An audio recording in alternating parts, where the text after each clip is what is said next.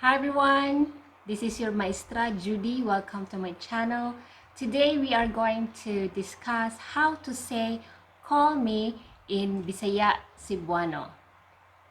So I am teaching conversational Cebuano.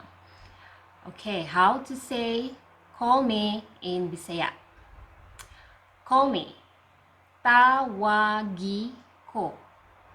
Tawagi ko. Tawagi ko. Call me. Okay? Let's break it down. Call is tawag. To call, tawagi. Tawagi. Me or I is ko. Ko. So repeat after me, guys. Tawagi. Tawagi. Ko. Ko.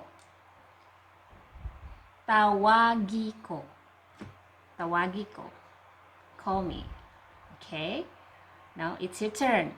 Let's practice. Okay, there you have it, guys. Very easy. 2 words. Very useful as well. Okay, so I'll see you next Friday for another short video lesson. And if you want to access the rest of the lesson, you may go to my site, cebuano101.com.